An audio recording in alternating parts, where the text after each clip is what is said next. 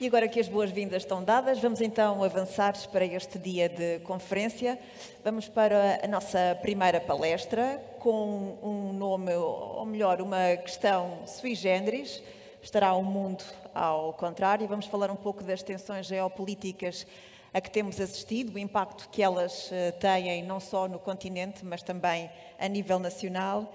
E eu tenho o prazer de chamar para estar ao meu lado o professor universitário e ex-ministro José Azeredo Lopes. Seja bem-vindo.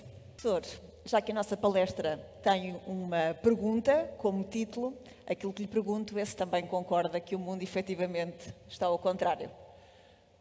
A expressão mundo ao contrário, eu não quis que ela fosse provocatória, mas deixe-me antes de mais agradecer muito o convite que me foi feito pelo Dr. Sérgio Almeida, cumprimentar também o professor Taveira Gomes e, em geral, dar os parabéns por esta organização que me parece de excelência.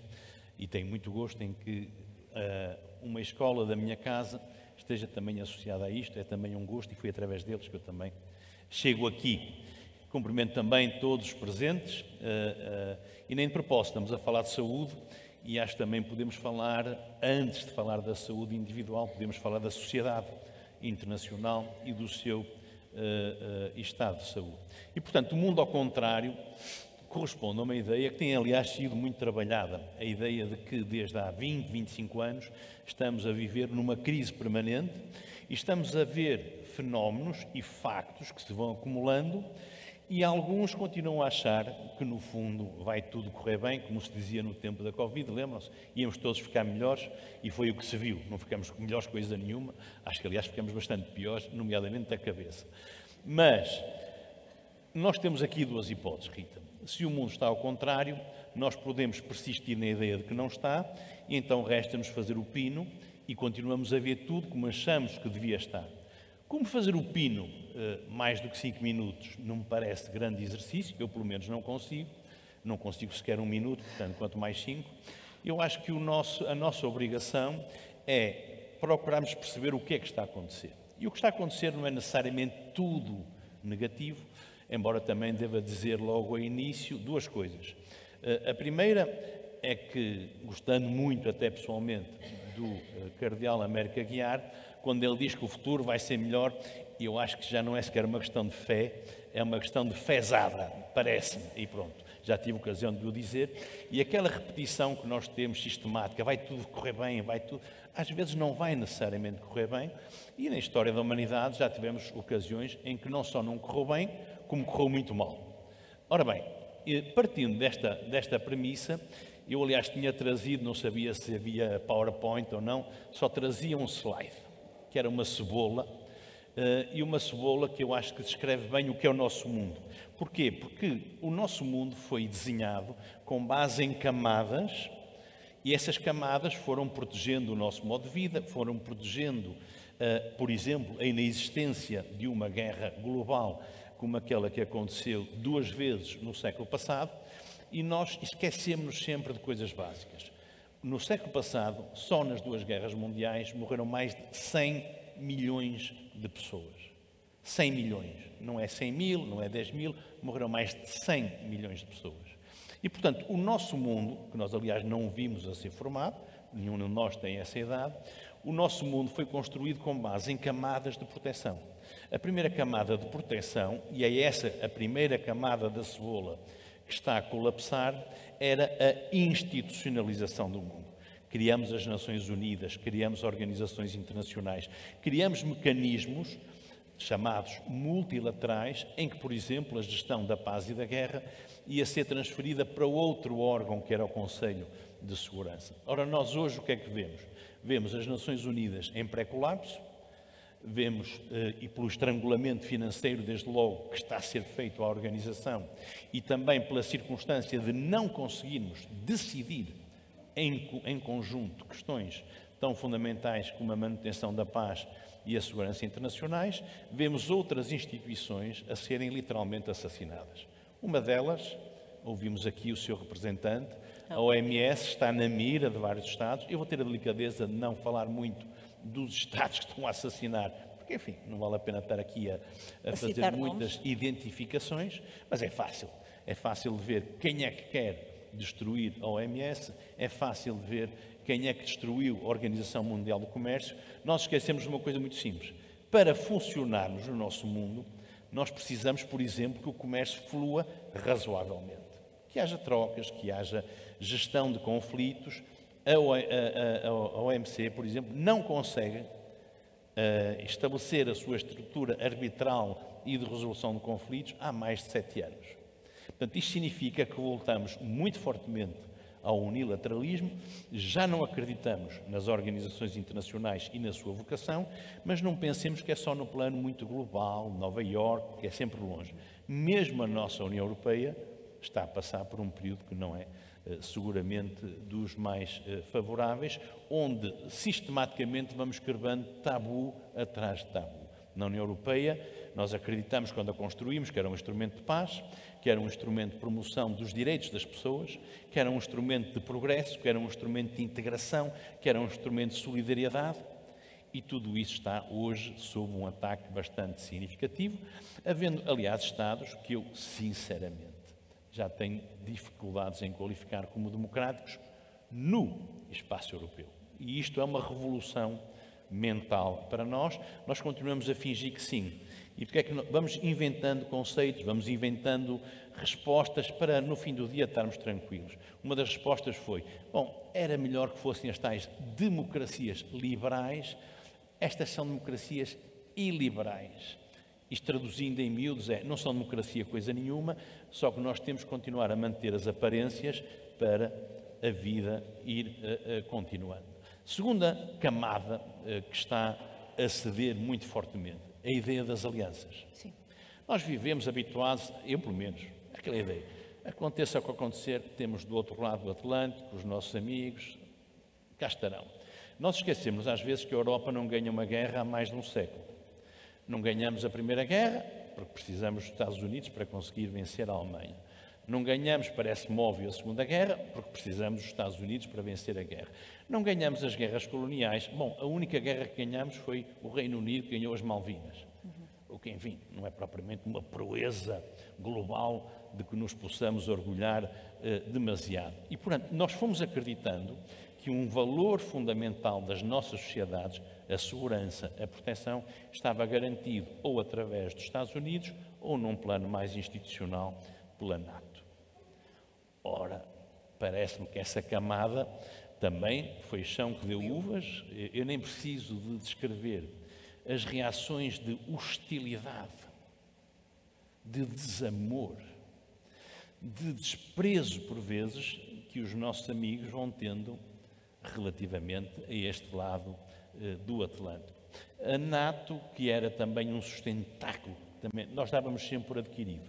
O artigo 5º, que aliás ninguém sabia quem era, mas ninguém sabia o que era esse artigo, mas não interessava. A NATO estava lá e havia de nos proteger. Ora, a NATO hoje debate-se com dificuldades muito graves, que são públicas. A NATO prepara-se, dentro de alguns dias, para estabelecer uma meta de 5% do PIB em despesas de segurança e defesa. 5% do PIB, pelas minhas contas por alto, são para Portugal 14,4 mil milhões de euros por ano. Não é uma despesa, pronto. Pontual e de uma só Chegamos vez. a dezembro, fechou-se a loja, não se gasta mais. Todos os anos. Para terem noção, o orçamento do Ministério da Saúde, já com os aumentos que houve, andará em torno dos 15 mil milhões. Ora, como eu ainda não descobri o mar das patacas, se alguém a tiver visto por aqui, eu ficava grato que me dissessem onde está, isto pode implicar também um ataque à tal segunda camada da cebola que nos protege como sociedades. A garantia da proteção dos vulneráveis é um dos slogans, um dos motes da OMS que eu adoro, a proteção dos vulneráveis. E os senhores, como profissionais da saúde, fazem isto todos os dias. Protegem aqueles que sofrem, aqueles que acham que sofrem, embora por vezes com exageros que estes velhos andam a fazer, a multiplicar exames por todo o lado. Pronto, temos que poupar também aí, concordo muito. Mas isto também significa que, não havendo a árvore das patacas, nós podemos estar na antecâmara de uma mudança de paradigma das nossas sociedades. O secretário-geral Mark Rutte, da NATO, não é personagem que eu aprecie demasiado. Pronto, não vou mentir, mas pronto, é o que é. Ele foi dar uma conferência há uns dias à Chatham House. Como bom holandês, ele acreditou que era segundo as regras. E as regras são, quem fala na Chatham House pode dizer o que quiser, que não passa cá para fora. Portanto, pode falar livremente. E, portanto, ele, como bom holandês, falou livremente. Como é evidente, não tinha acabado o dia, estava a conferência toda cá fora. E a mensagem que ele transmitiu foi a seguinte, virando-se para os britânicos. Vocês, se quiserem, eu não tenho que decidir onde é que vocês arranjam os 5%. Isso é uma questão para vocês decidirem. Mas deixem-me que vos diga uma coisa. Se querem continuar a ter Serviço Nacional de Saúde ou outros serviços, então preparem-se para aprender russo. Coisa que eu acho isto uma coisa. Preparem-se para aprender russo. Isto vem na linhagem, eu gosto muito da Holanda, devo dizer, mas vem na linhagem de uma geração de primatas, um dos quais diretamente contendeu com Portugal. Não sei se lembram daquele senhor dos caracóis, o Jerome Dijsselbloem, que era o presidente do Eurogrupo, quando ele disse, literalmente, não podemos gastar o dinheiro em vinho e mulheres e depois vir pedir ajuda. E nós éramos o alvo dessa ameaça. Aliás, dizia-se, gastávamos o vinho todo em mulheres bom, enfim, não tem que discutir onde é que se gasta o dinheiro. Em vinho, em mulheres e em restaurantes. Havia esse pormenor. Passam a vida nos restaurantes, aqueles portugueses. Bem merecem o que lhes está a acontecer. E, portanto, esta ausência de limites, esta ausência de filtros, Rita, é aquilo que, a meu ver, é mais preocupante hoje em dia. Como antes diziam as nossas avós, menino, isso não se faz. O isso não se faz carregava gerações de sabedoria, de bom senso, e não nos passava pela cabeça perguntar onde é que está escrito, qual é o decreto. Não se fazia. E esta ausência de limites, a meu ver, está a ter consequências graves. Terceira camada, e fico por aqui, depois podemos continuar a conversa. Não aceitamos, hoje em dia, com facilidade, uma coisa que para nós era básica. Esta sociedade de Estados, de comunidades, só pode existir se todos estivermos de acordo no cumprimento de uma ou outra regra fundamental. Em princípio, não se pode usar a força contra outro Estado, não se pode, em nenhuma circunstância, cometer genocídio, não se pode violar vergonhosamente as regras que regulam a condução das hostilidades, como diz o secretário-geral, even wars have rules, e esta ideia é muito básica também, não se pode fazer isto. Mas quando vemos que esta passou a ser a regra, quando vemos que ninguém quer saber do direito internacional, nós temos que perguntar, onde é que isto começou? E a verdade é que começou connosco. Quando acaba a famosa Guerra Fria de que gostamos tanto de falar, estamos a falar de uma coisa que já foi há muito tempo, já há mais de 30 anos, nós acreditamos, pronto, atingimos a perfeição. Derrubamos a União Soviética, o nosso modelo ganhou e, portanto, como dizia Francis Fukuyama, era o fim da história e o último homem. Francis Fukuyama ganhou uma fortuna com este livro, mas nunca vi ninguém enganar-se tanto. Ele depois veio dizer mais tarde, escreveu mais livros, que afinal não era bem aquilo que ele queria. Se calhar foi um bocadinho otimista. Nós é que interpretamos Não mal. acabou história nenhuma, Rita. E, pelo contrário, nós achamos que estávamos on the top of the world e aqui vai disto. E o aqui vai disto significou nós já não precisamos de coisas velhas como o Conselho de Segurança. Não precisamos de um sistema multilateral. Nós ganhamos. Isto começa-se a ver na guerra de 2003 contra o Iraque, onde temos aquela coisa que eu nunca pensei ver, do Estado que para mim representava mais a liberdade e a democracia, a inventar armas de destruição massiva. Isto não é o menos, porque os Estados mentem. Pronto, é assim. Mas depois vir dizer o seu secretário da Defesa, 6 meses mais tarde, assim, nós já sabíamos que não havia armas nenhumas. Só que tínhamos que preparar a opinião pública para esta guerra que nós considerávamos necessária. E, portanto, é muito perturbador, é mesmo perturbador, verificarmos que Vladimir Putin, em fevereiro de 22, aplicou exatamente a mesma cartilha, a ameaça iminente, a legítima defesa preventiva. E é muito perturbador que Israel esteja a aplicar exatamente a mesma cartilha. E que nós nos deixamos a deixar ui, bem, manipular. E nós deixamos andar, nós já é engraçado, mesmo em documentos oficiais, que era uma coisa que sempre me irritou, dividíamos o mundo, nós e os outros. O Ocidente alargado, aliás, o nosso Ocidente alargado é geograficamente ridículo. Somos nós, são os Estados Unidos, a Austrália, todo o Ocidente. A Austrália, o Canadá, o Japão e a Coreia. Ocidente alargado passou a ser um conceito essencialmente político e não geográfico. E os restantes, o Sul global. Sim, o Sul global. Quando nem todos estão no Sul.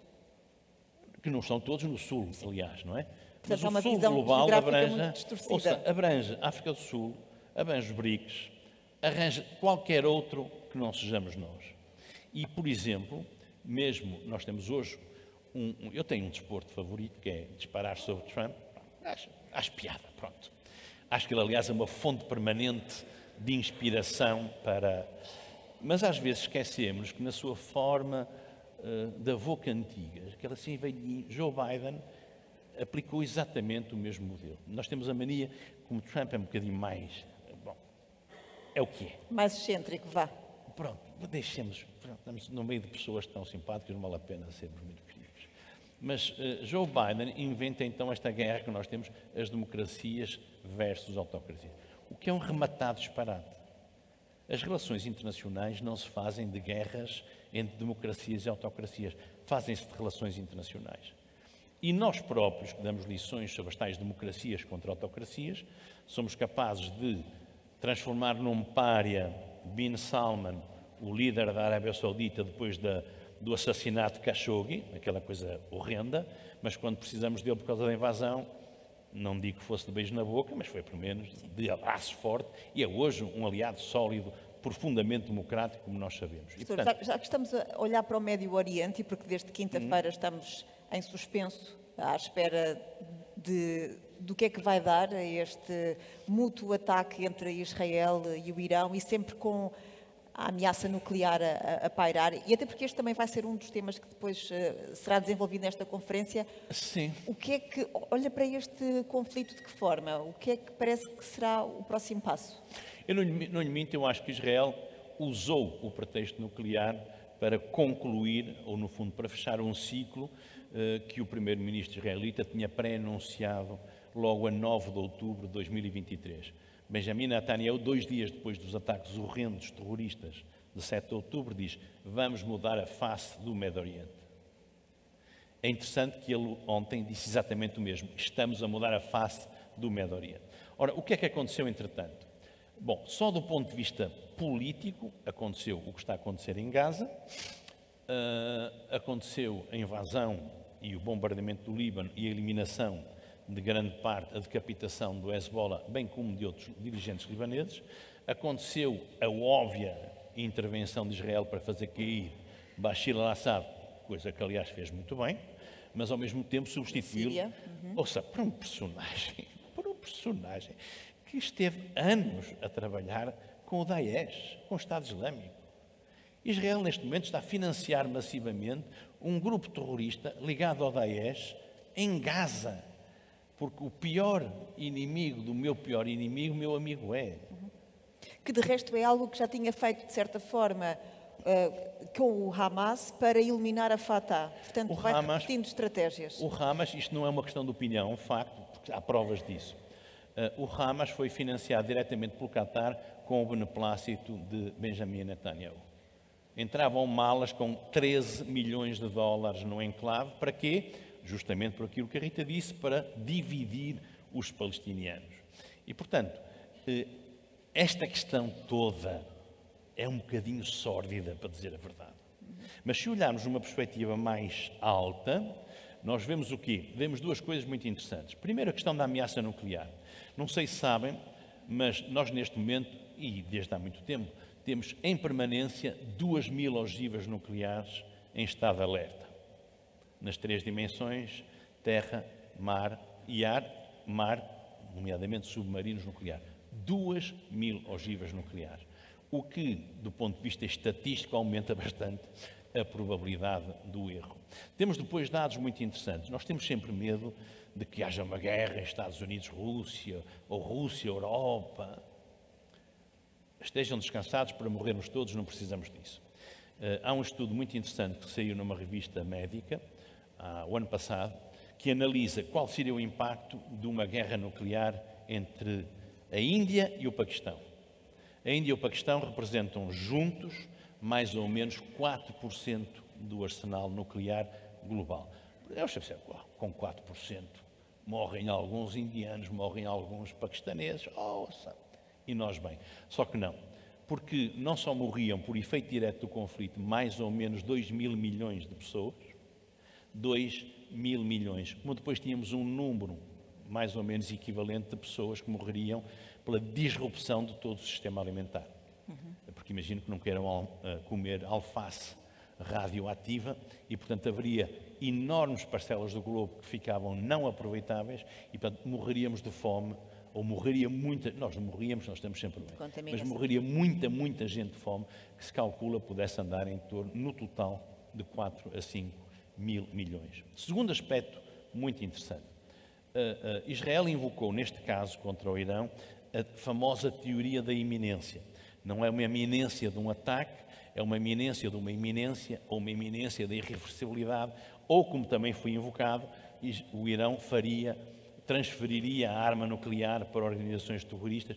É exatamente o argumento que George Bush apresentou para justificar a invasão do Iraque em 2003.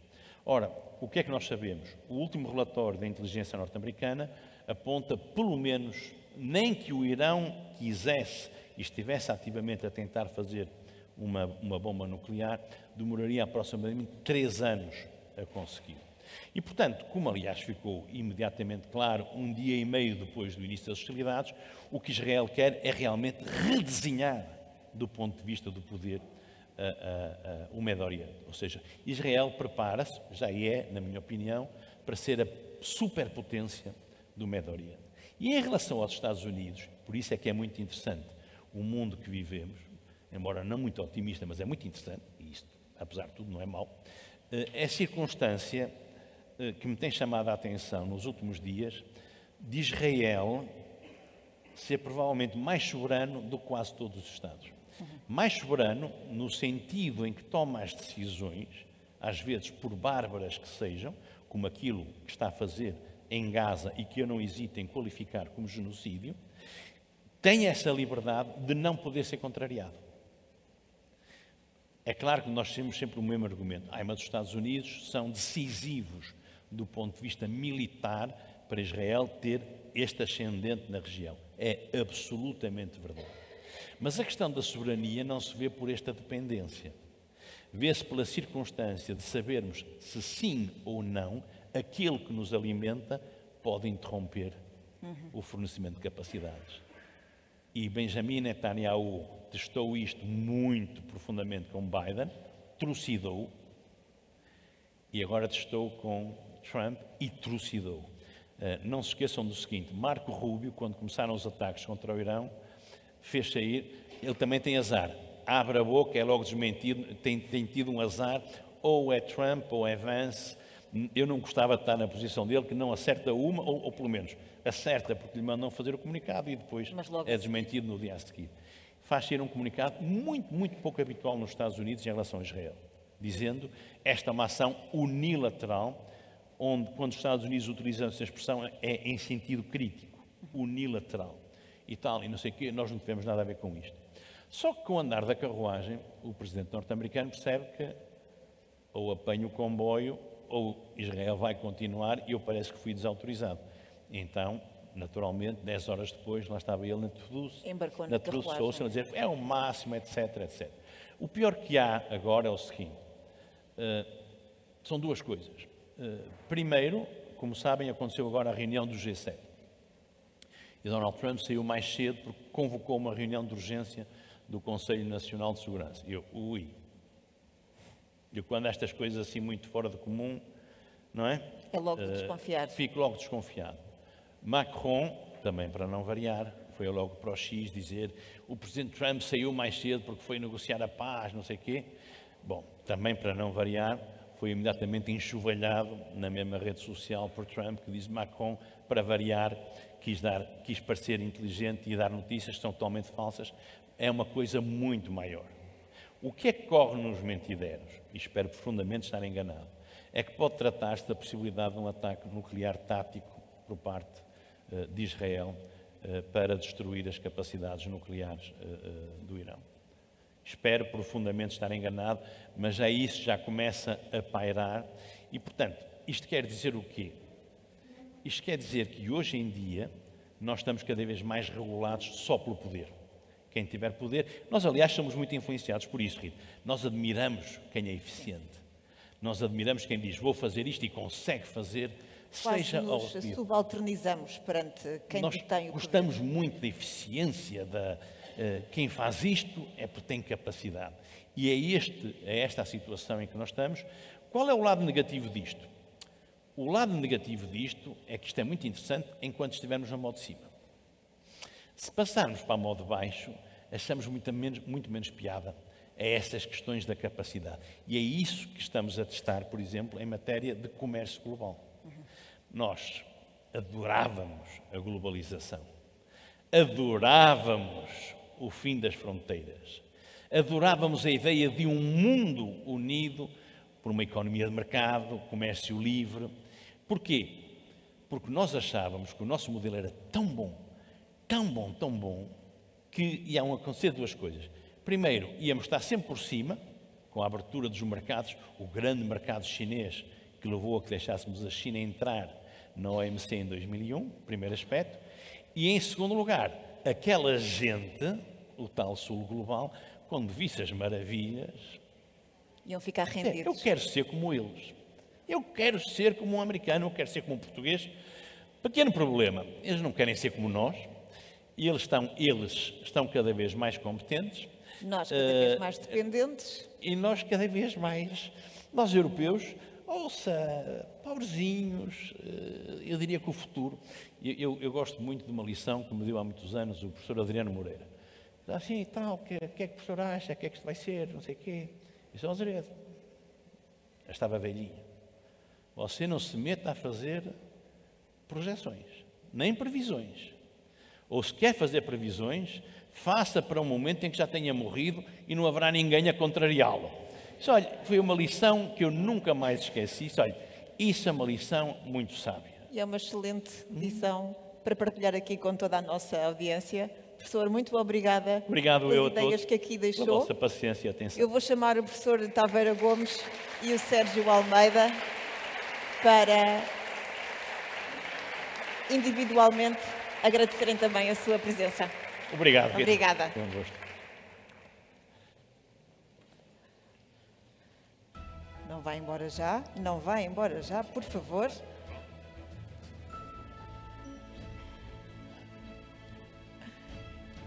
E não se esqueçam de pousar para a fotografia para ficar para a história da Connecting Healthcare.